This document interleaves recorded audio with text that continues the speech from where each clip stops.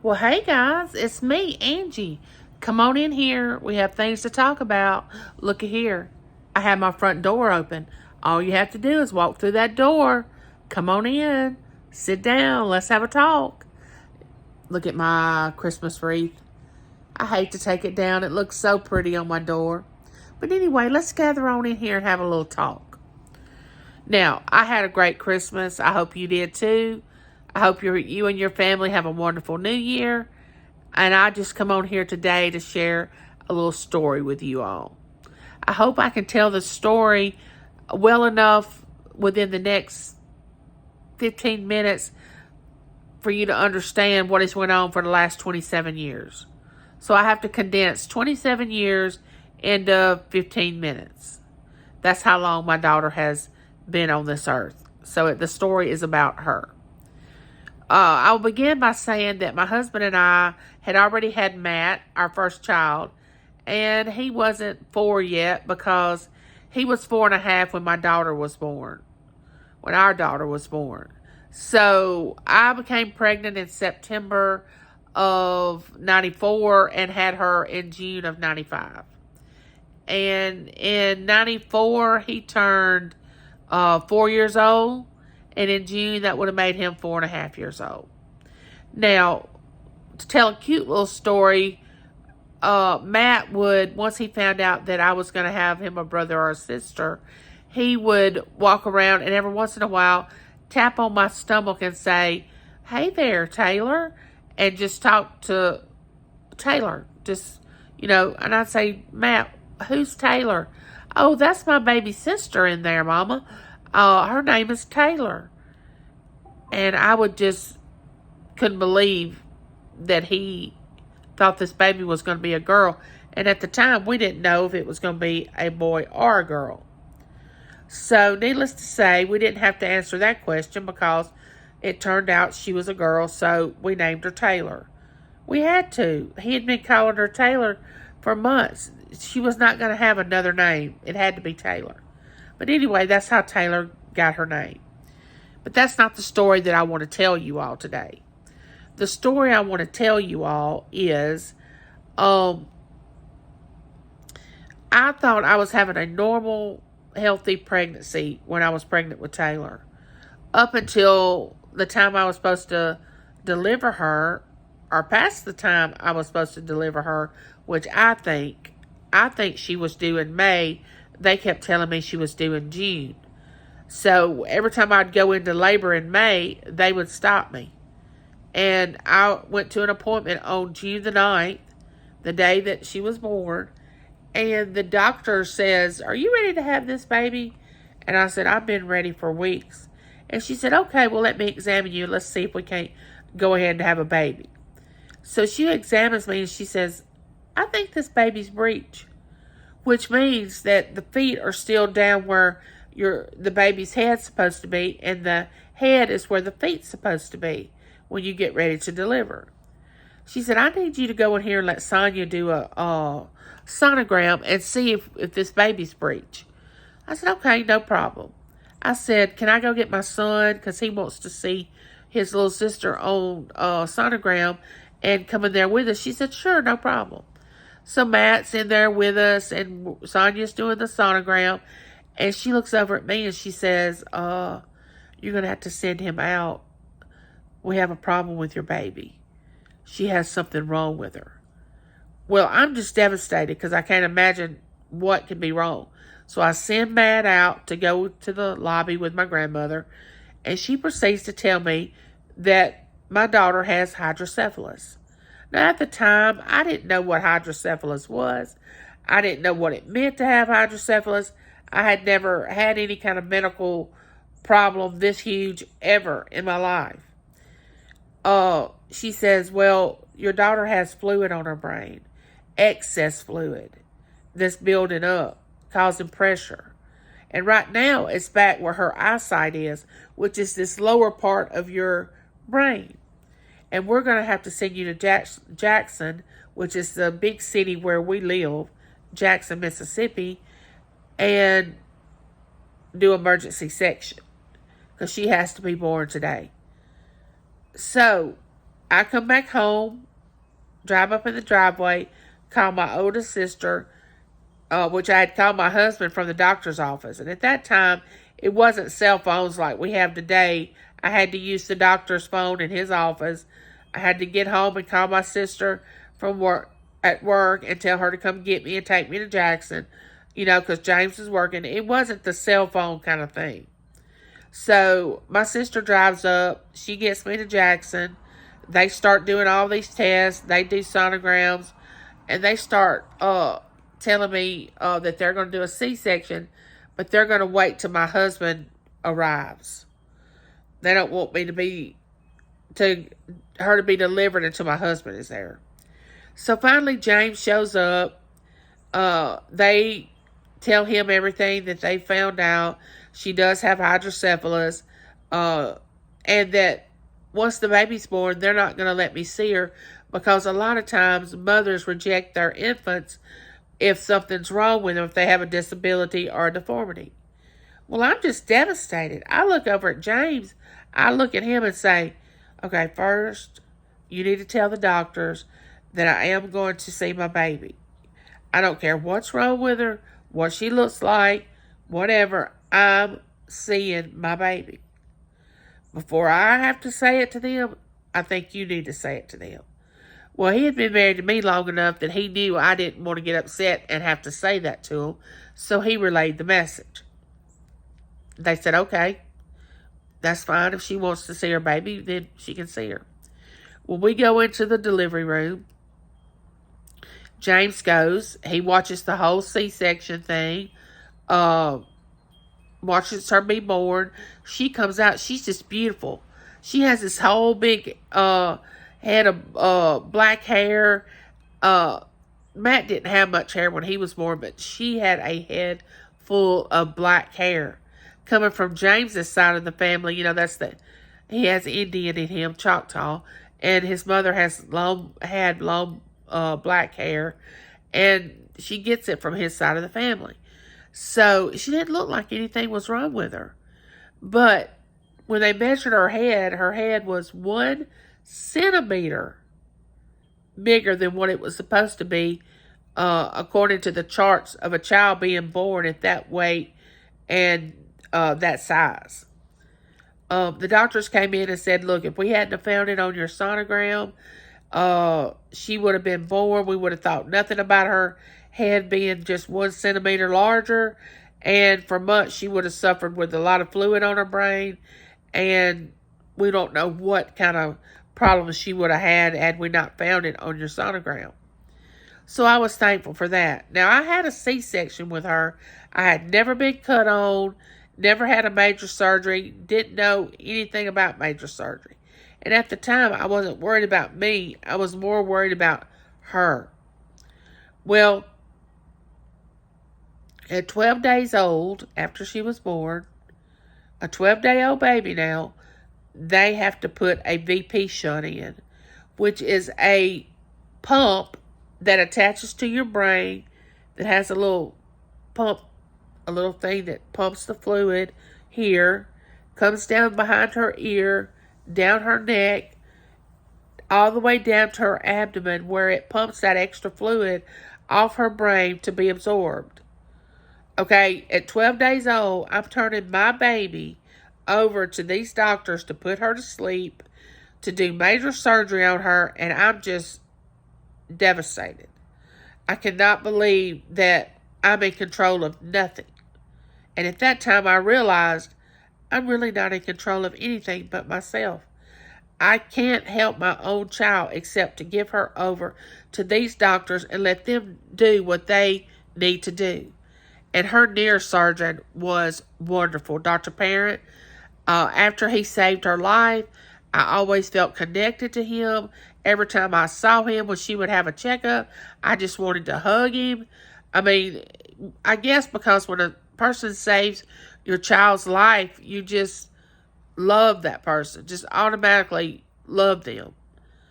Well, she got the shunt, and bless her heart, her little head was so small that once they put that shunt in, it just looked like of this big foreign object in this little bitty tiny baby's head. I cried. They had to shave her head but for her to have surgery. All that beautiful black hair was gone. It was just devastating. Well, we bring her home. I'm a nervous wreck because I don't know how I'm going to realize that she's rejecting the shunt or anything at 12 days old. Babies can't tell you what's wrong with them. All they do is cry. So I was living on eggshells for months to make sure that I recognized if she was rejecting this shunt or not. Well, time went on. I got more comfortable. I got at ease.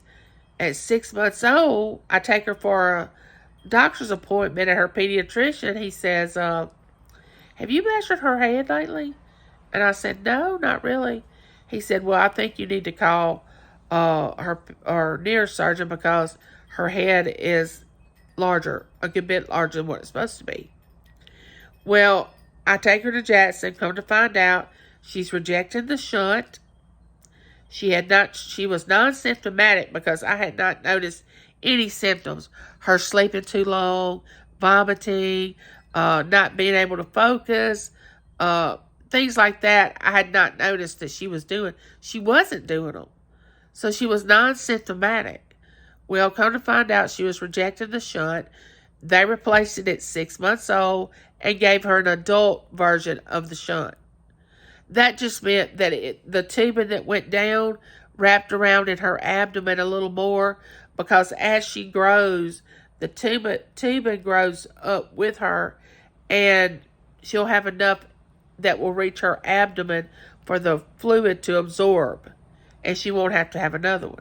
And luckily, she's only 5'2", so we didn't have to worry about height being a problem to reject the shunt. But anyway, she's almost 27 years old now, and she still has the same shunt that they put in when she was in second grade. Now, that's remarkable because most people that have this condition usually have to have a revision within every 2 to 3 to 4 years. And she hasn't had to have one since second grade. So that is a miracle within itself. Well, the only thing she really has is she has migraines. She's had them since she was 2 years old. Actually, she's supposed to go to my neurologist in January to try to get these migraines under control because they started coming back now really, really bad. She does have a break in between them. Now, she has no learning disability. She graduated college with a 4.0. She played sports all during her life as a young girl and a teenager. She played softball, fast pitch softball, basketball. She was offered a scholarship to go play fast pitch softball and for college, and she didn't take it. She went another route and went to another school. But she ended up with a 4.0 graduating college. She majored in business. She's nothing but a miracle. She has no motor skill problems. Like I said, she played sports all through school. Very good athlete. Could do anything. Could play any position on a fast pitch softball team. Anywhere you put her, she could play that position. Very versatile. Okay, so now she and her husband are trying to have a baby. She will be high-risk pregnancy because she does suffer from this condition. Which, in case you didn't know, hydrocephalus is a result of a trauma. Like you have a brain tumor or a brain cyst, open spine, which is spina bifida, somebody hits you on the head real hard, some kind of trauma. You will have fluid build up and you will have to get a shunt. Well, they flew a doctor in from New York when she was first born, and he could not find any medical reason why she should have hydrocephalus. And they still don't know today why she has it. And her doctor, from the time she was born until he retired, said, I will be following her closely because nothing shows up for her to have a reason or us to give you a reason why she has this condition. Well, I thought it was my fault because I thought I had done something during my pregnancy to cause it. My husband thought since he cleaned up hazardous waste, he had brought chemicals on his clothes home for me to wash. I had washed them and held the chemical, and that's why she had this condition. But the doctors kept telling us, no, that's not the reason. That is not the reason why she has this. We've already ruled that out. So, in the previous video, I talked about finding my father and how I didn't know my genetic history on my father's side. Well, when she was born, I couldn't give the doctors any medical information about my father and his family to see if maybe someone in his family had this condition because I didn't know who my father was. And my husband actually called my mother and said, look, for medical reasons, we need to know about Angie's biological father and let the doctors know about it so they can find out if this is stemming from from Angie's dad's side of the family. She still would not reveal who my dad was at the time. And if you go back and watch that video, you'll see that I found him on my own, and that story's over there in my last video, or the video before last. So go over there and check that one out. But anyway, I come to you today to tell you this story because she's an absolute miracle today. She has a full-time job. She, very, very beautiful young lady. This is her now. This was about a year ago. There she is.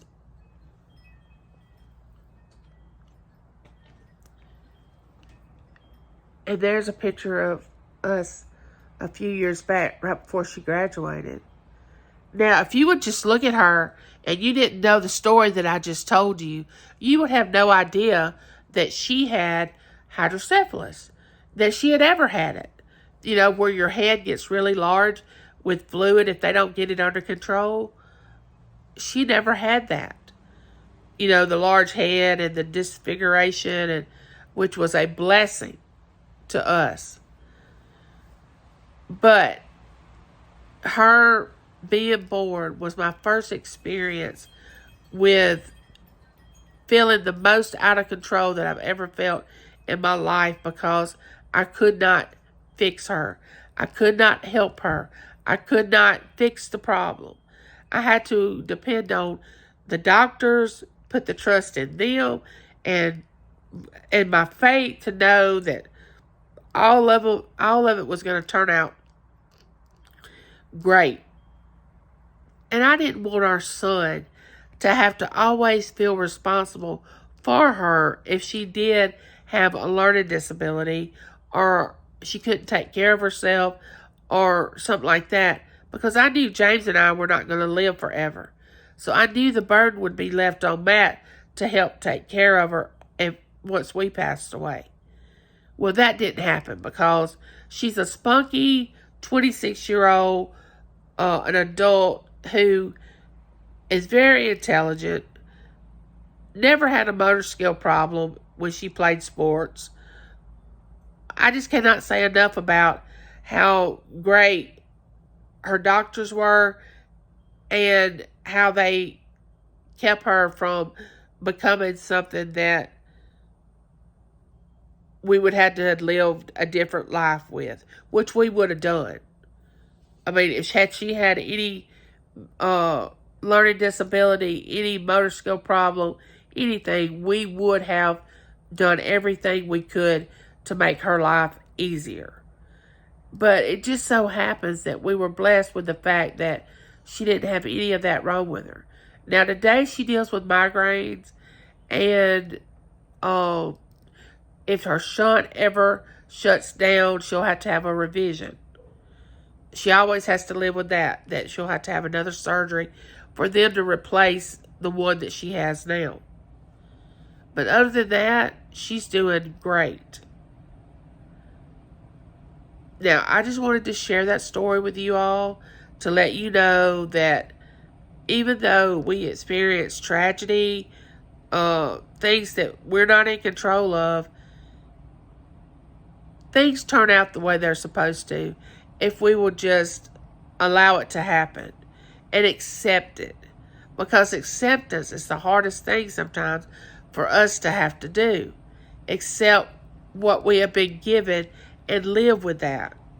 Like, I've accepted my autoimmune disease. I've accepted that I'm in a wheelchair. I've accepted that I'm never going to walk again like a normal person. Now, I can walk with my walker and, take a few steps and all that. But acceptance is the best thing that can happen when you live in a situation that you cannot control. So, in saying that, I want to say, like, share, subscribe, and come back to see me, because in the near future, we're going to do another cooking video. We're going to go to the Christmas tree farm. I know it's after Christmas, but I have to do my giveaway, and I'm already up over 170 subscribers. So the more subscribers I get, the larger the gift card's going to be when I give it away in January. So we're going to go over to the Christmas farm in January and give our gift card away to the winner who had posted about naming my cousin's Christmas tree farm. And if you hadn't seen that video, go over and watch it. It is on my list of videos about going to the Christmas tree farm and renaming my cousin's Christmas tree farm. So go over there and enter that contest. And like I said, we're going to pick a winner in January. And it'll be the first time that I go live on my channel. So I'm looking forward to that. So for now, like, share, subscribe, and go back and watch some of my older videos. And I'll see you later, neighbor. Bye-bye.